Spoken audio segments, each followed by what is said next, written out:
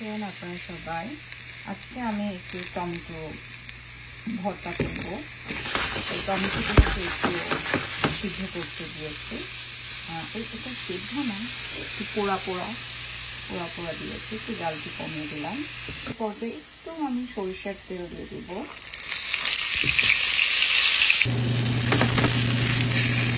সরিষার তেল দিয়ে অল্প করে আঁচ দিয়ে রাখবো আর ওয়েট করবো ততক্ষণ পর্যন্ত টমেটো একটু নরম হয়ে যায়। কাঁচামরিচ কুচিও দিব সাথে।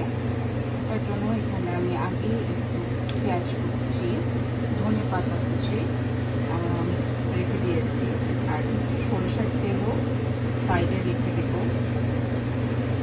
পুদিনা পাতাও দিব, আমি জানি না আপনারা খান কিনা। আর একটু লবণ দিব, দিয়ে পুরোটাকে মাখিয়ে নেব। লবণ দিয়ে দিলাম, আপনারা স্বাদ মতো লবণ নিয়ে নেবেন। তারপর এটাকে আমি ভালো করে মাখিয়ে নেব।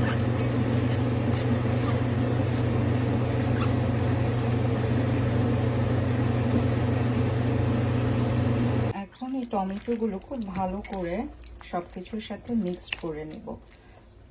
আর যে পার্টগুলো আছে একটু স্কিন, এগুলোকে সরিয়ে নিব। আবার স্কিন রাখলেও খারাপ না, খেতে কিন্তু খারাপ হবে না, আবার উঠিয়ে ফেলতে পারি।